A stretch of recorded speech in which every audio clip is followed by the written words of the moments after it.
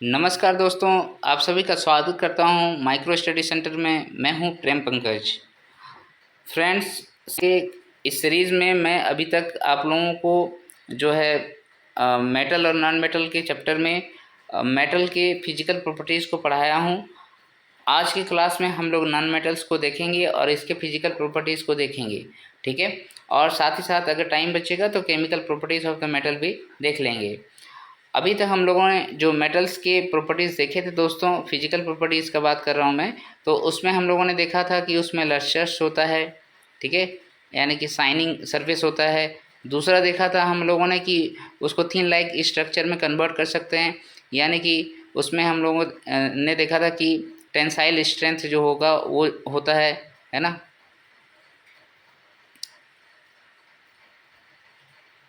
यानी कि डक्टिलिटी होती है, यही बात था ना कि डक्टाइल होता है मेटल।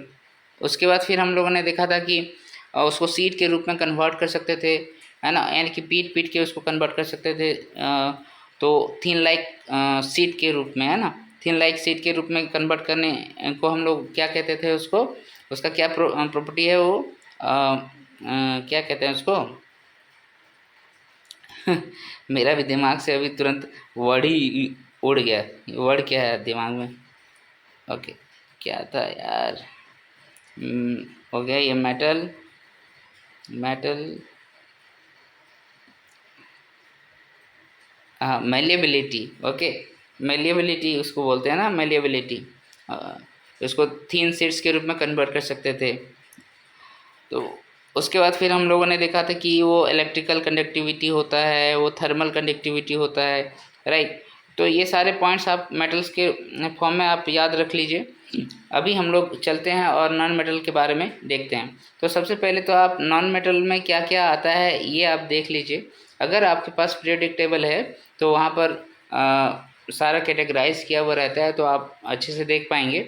यहाँ पर आपको पता है कि कार्बन हो गया, सल्फ़र हो गया, आयोडीन हो गया, ऑक्सीजन हो गया और हाइड्रोजन हो गया। ये कुछ एग्जांपल हैं जो नॉन मेटल्स हैं। बेसिकली आप गैसेस वाला भाग देख लीजिए, जो पीरियोडिक टेबल में आपको दिख रहा है वो सभी नॉन मेटल्स होते हैं। Carbon, sulphur, iodine, oxygen, hydrogen. Okay, यहाँ पर क्या होता है, नॉन मेटल या फिर सॉलिड्स होते हैं या फिर गैसेस होते हैं, ठीक है। लेकिन एक ब्रोमीन ऐसा सब्सटेंस है जो लिक्विड के फॉर्म में है। आपने यहाँ पर क्या देख रहे हैं, हम लोग यहाँ पर क्या देख रहे हैं कि नॉन मेटल्स बेसिकली या फिर सॉलिड होते हैं या फिर गैसेस के फॉर्म में होते हैं। लेकिन एक मेटल ऐसा है जो हम लोग लिखते हैं Br, ब्रोमीन। ब्रोमीन ऐसा है जो कि हमारा लिक्विड के फॉर्म में पाया जाता है। तो आपसे पूछे कि ब्रोमीन क्या है, तो सबसे पहले आंसर दीजिए नॉन मेटल है। और नॉन मेटल में ये किस फॉर्म में पाया जाता है, तो लिक्विड के फॉर्म में पाया जाता है। ओके, यहाँ एक पॉइंट हुआ जिसको आपको याद रखना है।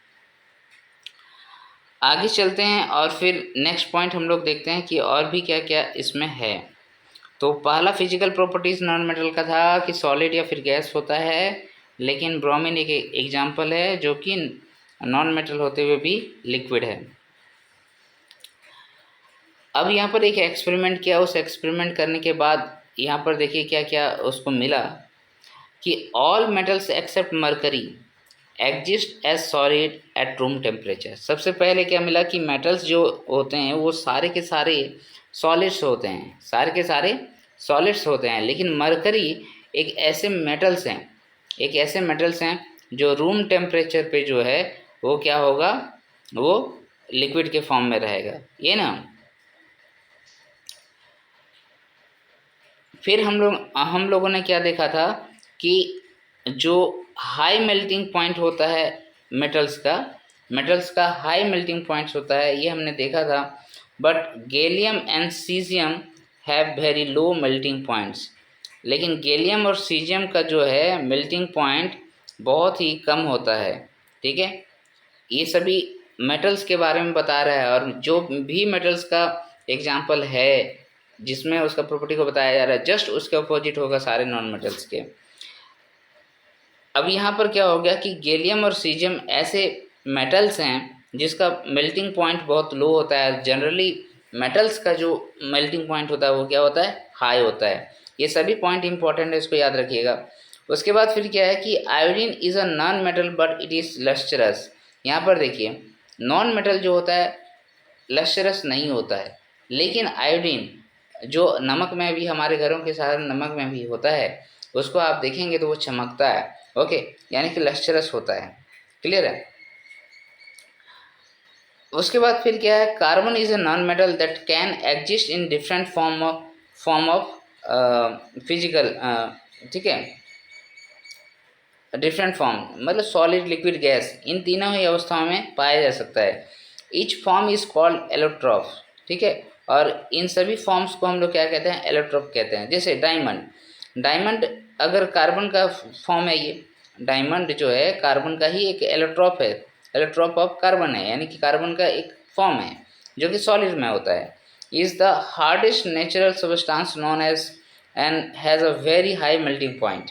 ओके, तो यहाँ पर कार्बन जो है ऐसा सब्सटेंस होता है जो तीनों ही ये नॉन मेटल है और तीनों ही फॉर्म में पाया जाता है। उसमें सबसे इम्पॉर्टेंट जो पॉइंट यहाँ पर हम लोगों को देखने को मिला कि अलग अलग फॉर्म ऑफ कार्बन को हम लोग कहते हैं एलोट्रॉफ, और इसमें डायमंड ऐसा सब्सटेंस है जो नेचुरल हार्डेस्ट सब्सटेंस है, नेचुरल वे में देखा जाए तो हार्डेस्ट सब्सटेंस है, और इसका जो है वेरी हाई मेल्टिंग पॉइंट होता है और बॉइलिंग पॉइंट भी बहुत हाई होता है।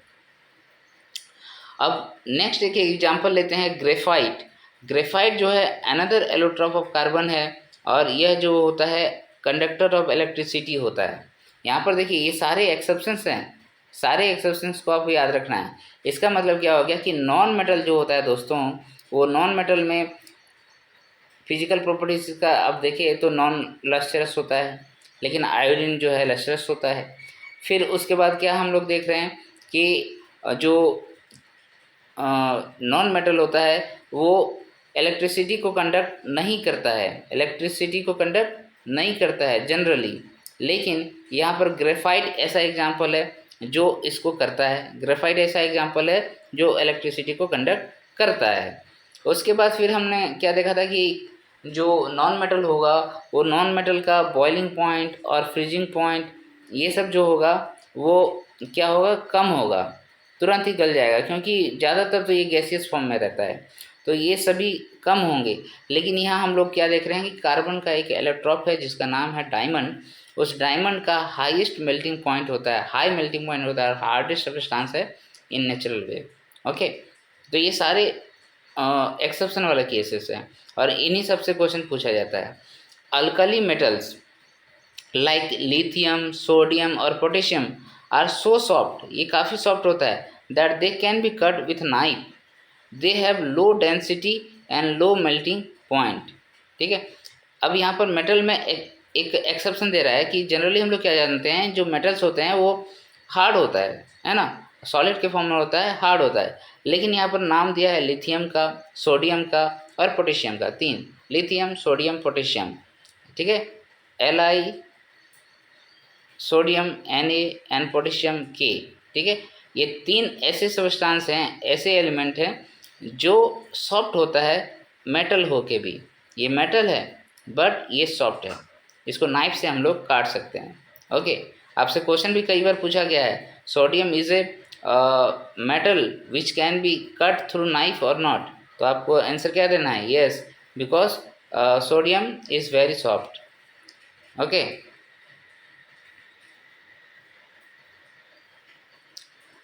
तो ये हो गया दोस्तों आपका फिजिकल प्रॉपर्टीज़ के बेस पे मेटल और नॉन मेटल को किस तरीके से बांटेंगे। तो आप सीधा सीधा याद रखिएगा, जो मेटल्स का प्रॉपर्टीज़ होता है जस्ट उसका अपोजिट नॉन मेटल्स का प्रॉपर्टीज़ होता है। और यहाँ पर जो 4 पॉइंट दिए हुए हैं आपका एक्सेप्शन वाला केसेस, ये इसको आप ज़रूर से ज़रूर याद रखिएगा। अब हम लोग थोड़ा सा देख लेते हैं केमिकल प्रॉपर्टीज़ को भी दोस्तों, क्योंकि केमिकल प्रॉपर्टीज़ ऐसा प्रॉपर्टीज़ होता है जिसके बेस पे हम लोग मेटल और नॉन मेटल को बहुत इजी वे में कैटेगराइज कर सकते हैं। ठीक है, ये बहुत आसान होता है केमिकल प्रॉपर्टीज़ के बेस पे मेटल और नॉन मेटल में कन्वर्ट करना।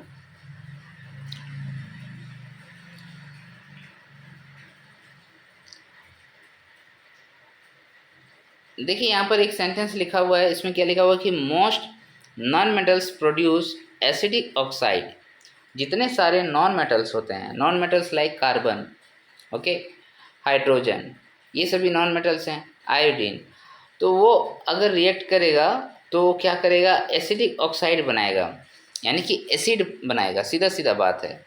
एसिड मैंने बताया था ना, एसिड बेस सॉल्ट, तो वही एसिड बनाएगा। नॉन मेटल्स जनरली क्या करता है, एसिड बनाता है व्हेन डिजॉल्व इन वाटर, जब वाटर में डिजॉल्व होगा।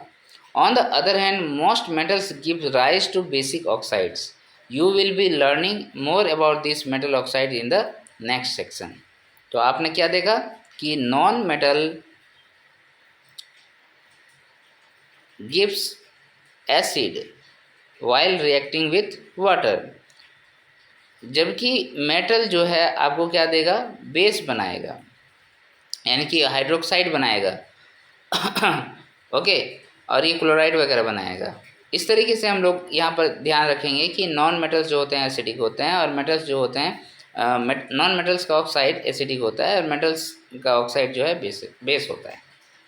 अब यहाँ पर देखिए थोड़ा सा एग्जाम्पल देखिए, give an example of the metal which is liquid at room temperature. तो आपको बताया मैंने, इसका आंसर ब्रोमीन होगा। Can be easily cut with knife, इसमें सोडियम होगा, लिथियम होगा, पोटेशियम होगा, okay. Is the best conductor of heat, best conductor of heat कौन होता है, गोल्ड होता है, सिल्वर होता है, right. Is a poor conductor of heat, poor conductor of heat कौन होता है, देखिए यहाँ पर मेटल का एग्जाम्पल देना है, ठीक है। तो पुअर कंडक्टर ऑफ हीट कौन होता है, इसमें हम लोग दे सकते हैं किसका नाम, कॉपर वगैरह, सिल्वर वगैरह तो सबसे अच्छा कंडक्टर ऑफ हीट होता है ना। पुअर कंडक्टर ऑफ हीट कौन हो जाएगा,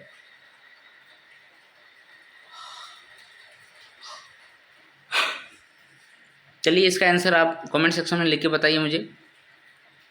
पुअर कंडक्टर ऑफ हीट किसको हम लोग बोल सकते हैं, ठीक है, मेटल्स में नाम देना है। फिर यह है कि explain the meaning of malleable and ductile. Malleable का मतलब क्या होता है, थिन लाइक सीट के रूप में कन्वर्ट करना। डक्टाइल मतलब क्या होता है, थिन लाइक वायर के रूप में कन्वर्ट करना, ओके। उसको अच्छे से आप लिख लीजिएगा। Next, chemical properties of metals. देखिए यहाँ पर आप देखिएगा तो आपको पता चलेगा, फॉर दिस कलेक्ट सैंपल्स। यहाँ पर देखिए एनसीईआरटी बुक का ये खासियत है कि वो हर बार आपको एक्टिविटी कराएगा और उससे आपको सारी जानकारी देगा।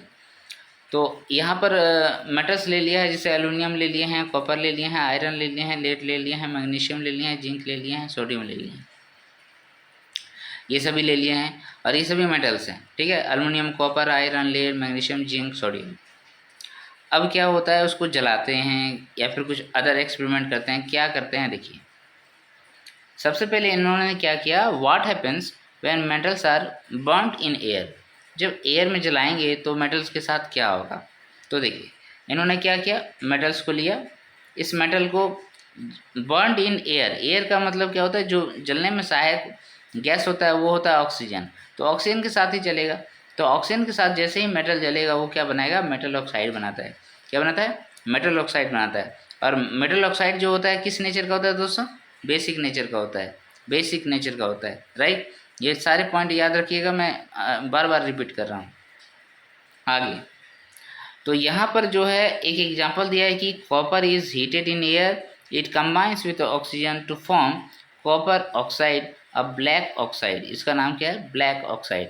तो देखिए कॉपर हुआ, कॉपर जो है ऑक्सीजन के साथ रिएक्ट किया तो CuO बनाया, CuO बनाया। बाद बाकी तो केमिकल रिएक्शंस को बैलेंस करने की बात है, वो आप सभी लोग जानते हैं बैलेंस कैसे किया जाता है, मैंने पहले क्लास में बता रखा है।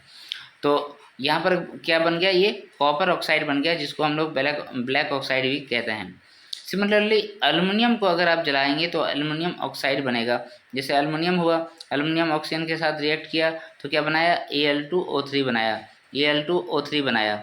अब यहाँ पर ये सभी बातें याद रखेंगे तो आगे काम आएगा आपको। ऑक्सीजन जो है ना एक्चुअली में ये +3 इलेक्ट्रॉन्स को क्या करेगा, दे सकता है, और ऑक्सीजन जो है क्या करेगा, वो लेगा -2 को, ओके। तो इसलिए इस तरीके से रिएक्शन हुआ कि ये वाला पोर्शन जो है 3 भाग होगा, इसका पोर्शन 2 होगा, तो Al2O3 हुआ, तभी वो बैलेंस होगा। इस तरीके से रिएक्ट हुआ है।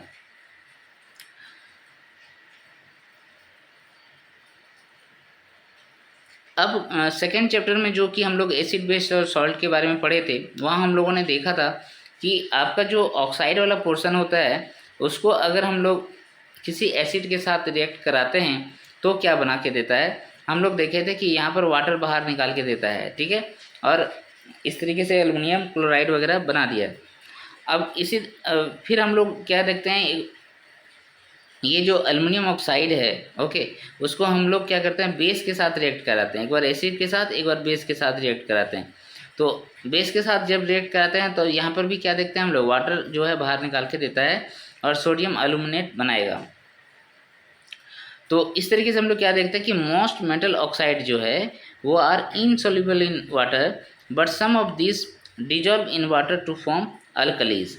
लेकिन कुछ कुछ जो होता है वो सॉल्युबल होता है वाटर में और अल्कली बनाता है। ओके, जैसे एग्जांपल यहाँ पर दिया होगा, देख,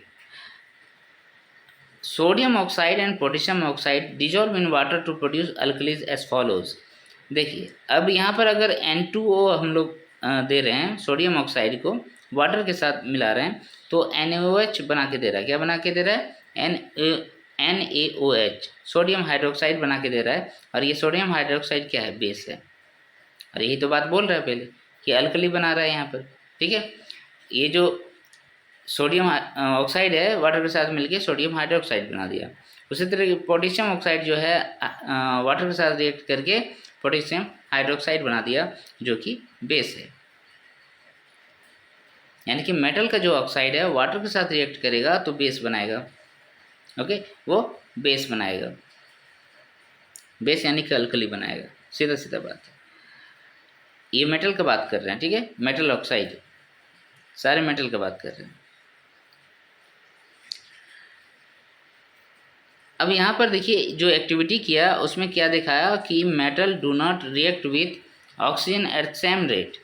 all metals do not react with oxygen at same rate, यानी कि जो जल रहा है ऑक्सीजन के प्रेजेंस में जब जल रहा है वो, है ना, तो वो सही एक ही रेट में नहीं जल रहा है, कोई कम जल रहा है कोई ज़्यादा जल रहा है, राइट। डिफरेंट मेटल्स का जो ऑक्सीजन के साथ रिएक्शन का प्रवृत्ति है वो अलग अलग है। तो यहाँ इसलिए लिखा है कि different metals show different reactivities towards oxygen. Metals such as potassium and sodium react so vigorously, बहुत तेज़ी से रिएक्ट करता है। कौन? पोटेशियम और सोडियम। ऑक्सीजन के प्रेजेंस में जैसे ही आएगा वो बहुत तगड़ा जलेगा। They catch fire if kept in open, अगर उसको खुला जगह में रख दें तो वो तुरंत जल जाता है। Hence to protect them and to prevent accident fires they kept in immersed in kerosene oil। तो केरोसिन ऑयल में डालने से क्या होता है, जो रूम टेम्परेचर होता है वो उसको नहीं मिलता है केरोसिन का, क्योंकि बॉइलिंग पॉइंट भी हाई होता है, मेल्टिंग पॉइंट मतलब बॉइलिंग पॉइंट उसका हाई होता है। उसमें अगर हम सोडियम वगैरह को रख देते हैं तो क्या होता है, केरोसिन ऑयल उसको जलने नहीं देता है। और वाटर के लेवल में जो है, एक तो ऊपर से ये जो सोडियम वगैरह होता है वो सॉफ्ट होता है और उसका डेंसिटी भी कम होता है, वो केरोसिन ऑयल में डूब जाता है। तो वो आसानी से जो रूम टेम्परेचर मिलना चाहिए उसको नहीं मिलता है, ठीक है ना। यानी कि इधर ऑयल है और यहाँ पर मान लो सोडियम वाला टुकड़ा है, तो ऊपर में तो ऑयल है, ऑयल जो है रूम टेम्परेचर के साथ सटा हुआ है, इसलिए इसको वो टेम्परेचर मिल नहीं पाता है, राइट। इसलिए उसको हम लोग क्या करते हैं, पोटेशियम हो सोडियम हो उसको केरोसिन ऑयल में रखते हैं। An ordinary temperature the surface of the metals such as magnesium, aluminum, zinc, lead etc are covered with a thin layer of oxide। और ये सारे जितने मेटल्स होते हैं जैसे मैग्नीशियम हो गया, एल्युमिनियम हो गया, जिंक हो गया, लेड हो गया, ओके, तो ये भी क्या होता है, एयर के साथ रिएक्ट करता है, थोड़ा धीरे धीरे रिएक्ट करता है लेकिन रिएक्ट करता है। तो उसको बचाने के लिए हम लोग क्या करते हैं, इसके ऊपर एक थिन लेयर ऑफ ऑक्साइड बना देते हैं। थिन लेयर ऑफ ऑक्साइड बना देने से क्या होगा, ऑक्सीजन के साथ तो रिएक्ट कर चुका है इसलिए फिर से रिएक्ट करेगा नहीं, ओके। इस चीज़ का हम लोग कॉन्सेप्ट बनाते हैं यहाँ पर। The protective oxide layer prevents the metal from the further oxidation, आगे ऑक्सीडेशन होने से बचाता है क्योंकि खुद ऑक्साइड हो चुका है। तो iron does not burn on heating, but iron filling burn vigorously when sprinkled in the flame of the burner. Okay, copper does not burn, but the hot metal is coated with a black colored layer of the copper oxide. Silver and gold do not react with oxygen even at high temperature. तो ये पूरा का पूरा paragraph ही बहुत important है आपका। यहाँ बहुत सारे पॉइंट देखने को आपको मिला। सबसे पहला पॉइंट तो मिला यहाँ पर कि आप देखिए कि सिल्वर और गोल्ड जो है कहता है कि ऑक्सीजन के साथ रिएक्ट नहीं करता है, चाहे उसको आप कितना भी टेम्परेचर दे दें। दूसरा पॉइंट मिला कि कॉपर जो है वो बर्न तो नहीं होता, लेकिन हॉट मेटल्स का जो एक कोटिंग है वो बन जाता है और ब्लैक कलर का बना देता है लेयर, ओके, जिसमें कॉपर ऑक्साइड होता है। ओके, नेक्स्ट फिर हम लोगों ने क्या देखा कि आयरन भी जो है वो भी बर्न नहीं होता है, लेकिन हीटिंग करेंगे तो फिर उसमें क्या होता है, एक लेयर बन जाता है और वो लेयर जो होता है आयरन ऑक्साइड का होता है। और लेकिन अगर इसको हम लोग आयरन को जो फायर है उसमें एक एक करके फेंकेंगे, अगर स्प्रिंकल करेंगे उसको तो वो जलेगा, ठीक है, वहाँ पर वो जलेगा। तो इस तरीके से आपसे पूछा जाएगा कि थिन लेयर ऑक्साइड किसी मेटल्स में लाइक मैग्नीशियम, एल्युमिनियम, जिंक में डाल दिया जाता है, ऐसा क्यों करते हैं। तो आप रखिएगा, उसमें लिखिएगा कि फर्दर ऑक्साइड ऑक्सीडेशन का प्रोसेस ना हो, इसके बचाव के लिए हम लोग क्या करते हैं, थिन लेयर ऑफ ऑक्साइड बना देते हैं। तो अब यहाँ पर हम लोग जो ऑक्साइड वाला पोर्शन बनाते हैं, thin layer of oxide portion जो बनाते हैं, उसका भी एक टेक्निकल नाम है। उस टेक्निकल नाम को हम लोग क्या कहते हैं, उस टेक्निकल नाम को हम लोग कहते हैं एनोडाइजिंग। एनोडाइजिंग क्या है? Anodizing is a process of forming a thick oxide layer of aluminium. Aluminium का थिक ऑक्साइड लेयर बनाना ही हम लोग क्या कहते हैं, एनोडाइजिंग कहते हैं। Aluminium develops a thin oxide layer when expose to air. जब एयर के एक्सपोज में आता है तो वो थिन लेयर बनाता है। This aluminium oxide coat makes it resistance to further corrosion. Further corrosion ना हो, यानी कि जैसे मान लीजिए कि ये एल्युमिनियम का रॉड है, यहाँ पर हमने क्या किया, पहला लेयर में जो है इसका ऑक्साइड बना दिया, एल्युमिनियम ऑक्साइड बना दिया। अब ये अंदर वाला पोर्शन वाला जो आपका मेटल है वो क्या हो रहा है, डायरेक्टली एयर के साथ कांटेक्ट में नहीं आ रहा है। डायरेक्टली एयर के साथ कांटेक्ट में नहीं आ रहा तो क्या होगा, रिएक्ट नहीं करेगा। जब रिएक्ट नहीं करेगा तो ये जो मेटल का है उसी मेटल का बना हुआ रहेगा। ओके, तो इस तरीके से एनोडाइजिंग किया जाता है। The resistance can be improve further by making the oxide layer thicker. इस ऑक्साइड लेयर को जितना थिकर बनाएंगे उतना ही कॉन्टैक्ट लेस रहेगा अंदर वाले पोर्शन से। During anodizing, a clean aluminum article is made the anode and is electrolyzed with dilute sulfuric acid. The oxygen gas evolved at the anode react with the aluminum to make a thicker protective oxide layer. Okay, this oxide layer can be dyed easily to give aluminum article an attractive finish. Okay, तो इस किस तरीके से anodising process किया जाता है ये बता रहा है कि एक बर्तन लीजिए, उस बर्तन में आप दो ठो क्या बनाएंगे, दो ठो इलेक्ट्रोड बनाइए, एक कैथोड रहेगा एक एनोड रहेगा। ओके, तो इसमें जो अगर आपको एनोडाइजिंग करना है तो एल्युमिनियम का जो पार्ट होगा, एल्युमिनियम का जो रॉड होगा उसको एनोड बनाएंगे हम लोग। क्या बनाएंगे? एनोड बनाएंगे। और इसको सर्किट से जोड़ते हैं तो यहाँ पर क्या होगा, नीचे में सल्फ्यूरिक एसिड को आप ले लेते हैं, H2SO4 को ले लेते हैं। अब जैसे ही यहाँ पर इलेक्ट्रोलाइसिस प्रोसेस करेंगे तो इसमें क्या होगा, यहाँ से ऑक्सीजन अलग होके H2SO4 से ऑक्सीजन अलग होके ये कोटिंग करेगा कहाँ पर, जाके एनोड के पास। क्योंकि ऑक्सीजन क्या हो जाएगा, ऑक्सीजन तो माइनस वाला पोर्शन होता है तो एनोड की ओर भागेगा, तो वहाँ भाग के जो है उसके ऊपर एक थिन लेयर बनाएगा। और ये जो थिन लेयर होता है ना उसको बहुत आसानी से पॉलिश कर सकते हैं और बहुत एट्रैक्टिव बना सकते हैं। ये पूरा कहानी इसमें कहा है। तो anodizing, what do you mean by anodizing, ये आप लिखेंगे तो उसमें क्या लिखेंगे कि when we make a oxide layer of aluminum uh, by process of electrolysis is known as anodizing. ठीक है, क्लियर हो गया? चलिए,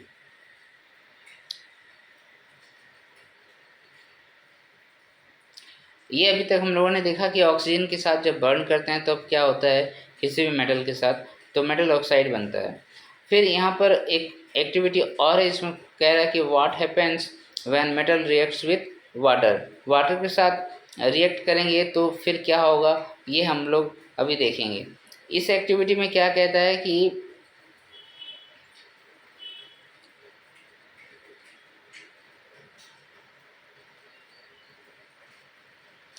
put small pieces of sample separately in beakers half filled with cold water।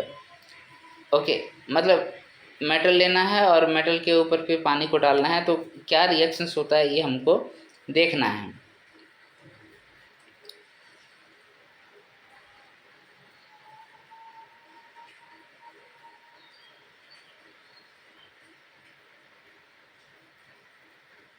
देखिए यहाँ पर पूरा पूरा प्रोसेस क्या है, इस तरीके से एक स्ट्रक्चर बनाया है जिसमें क्या कर रहा है, action of steam on metal निकाल रहा है, स्टीम का बना रहा है। ठीक है, जैसे ये एक ग्लास वूल लिया, इस ग्लास वूल में क्या होता है, वाटर है बहुत सारा। ठीक है, वाटर का पार्टिकल्स है।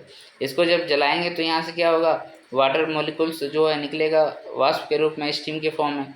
अब यहाँ पर एक मेटल का पतला परत रख दिए हैं। ठीक है, अब यहाँ पर आएगा और ये वाटर का जो पार्टिकल्स है यहाँ से टकराएगा। टकराने के बाद जो भी रिएक्शंस होगा फर्दर आगे की ओर बढ़ेगा और इस पाइप के जरिए जो है वो यहाँ पर आएगा।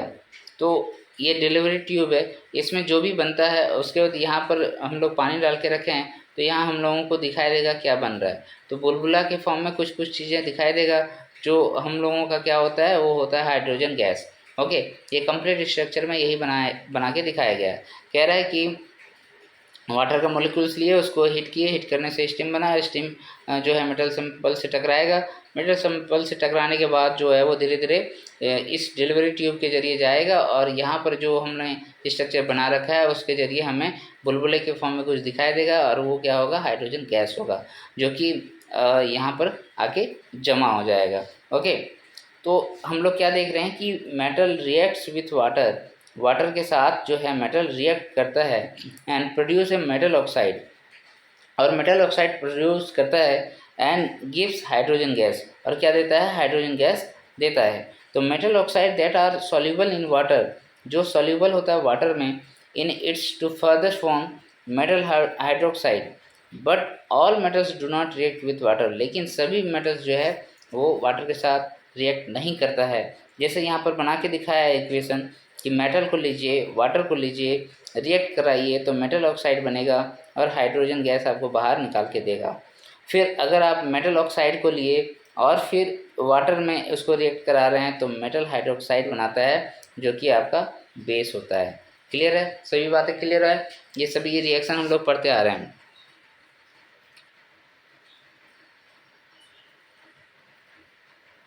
तो यहाँ सारा जो है वाटर के साथ रिएक्शन दिखाया है कि पोटेशियम है और सोडियम है, तो ये जो है बहुत तेज़ी से रिएक्ट करता है, वायलेंटली रिएक्ट करता है कोल्ड वाटर के साथ। ठीक है, और in case of sodium and potassium the reaction is so violent and exothermic, और बहुत ज़्यादा हीट प्रोड्यूस करता है, that evolve hydrogen immediately catches fire. और यहाँ पर क्या करता है, ये जो गैस आपका निकला है, इवॉल्व हुआ है, वो क्या करेगा, फायर हो जाएगा, उसमें आग लग जाएगी। तो पोटेशियम जो है वाटर के साथ रिएक्ट करेगा हाईली, बहुत तेज़ी से KOH बनाएगा। ये जो हाइड्रोजन गैस है, अगर इसको सेपरेट हम लोग नहीं करेंगे तो ये इतना हीट एनर्जी निकलता है कि वो जल जाएगा, हाइड्रोजन भी जलने में सहायक हो जाएगा। क्लियर है? सोडियम और पोटेशियम ऐसे भी हम लोग देखे थे कि बाद में ये काफ़ी ज़्यादा हाईली एक्टिव होता है, और एक्टिविटी सीरीज जब हम लोग पढ़ेंगे तो वहाँ पर भी देखेंगे सोडियम और पोटेशियम सबसे ऊपर होता है। फिर है the reaction of calcium with water is less violent, है ना। कैल्शियम का जो रिएक्शन होता है वाटर के साथ वो लेस वायलेंट होता है। The heat evolve is not sufficient for the hydrogen to catch fire, और यहाँ पर जो है हाइड्रोजन जलता नहीं है, इतना हीट प्रोड्यूस नहीं होता है उसमें कि ये जल उठे। Calcium starts floating because the bubbles of the hydrogen gas form stick to the surface of the metal. लेकिन कैल्शियम जो है वो फ्लोट करना शुरू हो जाता है, उसका रीज़न क्या है कि बबल्स जो है हाइड्रोजन गैस का वो बनता है, राइट। अब magnesium does not react with the cold water, लेकिन मैग्नीशियम जो है ऐसा सब्सटेंस है जो कोल्ड वाटर के साथ रिएक्ट नहीं करता है। It reacts with hot water, magnesium जो है हॉट वाटर के साथ रिएक्ट करता है और मैग्नीशियम हाइड्रोक्साइड बनाता है और साथ में हाइड्रोजन गैस भी बनाएगा, ठीक है। तो ये सभी बातें आप एक एक करके याद रखिएगा, ये सब पूछता है। मेटल्स लाइक ये बोर्ड एग्जाम में पूछ सकता है, ठीक है। रिएक्शंस को आपको लिखने के लिए देगा, तो वहाँ पर आपको जानना है कि कौन सा रिएक्शन हो पाएगा। वैसे रिएक्शन करने का प्रोसेस भी मैं एक बार क्लास में बताया हूँ और आगे भी बताऊँगा, ठीक है। Metals like aluminium, iron, zinc do not react with इधर विथ कोल्ड वाटर और हॉट वाटर। लेकिन कुछ ऐसे मेटल्स हैं जैसे एलुमिनियम हो गया, आयरन हो गया और जिंक हो गया, ये सभी दोनों ही वाटर से रिएक्ट नहीं करता है। तो कहने का मतलब है आप जो नोट्स बनाएंगे दोस्तों, उसमें सबसे पहले वहाँ पर लिखेंगे कि केमिकल प्रॉपर्टीज़, उस केमिकल प्रॉपर्टीज़ में आप देखेंगे कि ऑक्सीजन के साथ कौन सा मेटल रिएक्ट करता है ना, रिएक्ट करेगा, उसका एक चार्ट बना लेंगे और यहीं पर लिख लेंगे नॉन रिएक्ट मेटल्स, जो ऑक्सीजन के साथ रिएक्ट नहीं करता है वो। और यहाँ पर देखेंगे कि ऑक्सीजन के साथ रिएक्ट करता है तो क्या बनाता है वो भी लिख लेंगे। उसी तरीके से यहाँ पर लिखेंगे वाटर H2O, और H2O के साथ फिर इधर से लिखेंगे और इधर से लिखेंगे कि रिएक्ट करता है कौन मेटल्स और कौन सा रिएक्ट नहीं करता है ना, नॉन रिएक्ट सब्सटेंसेस।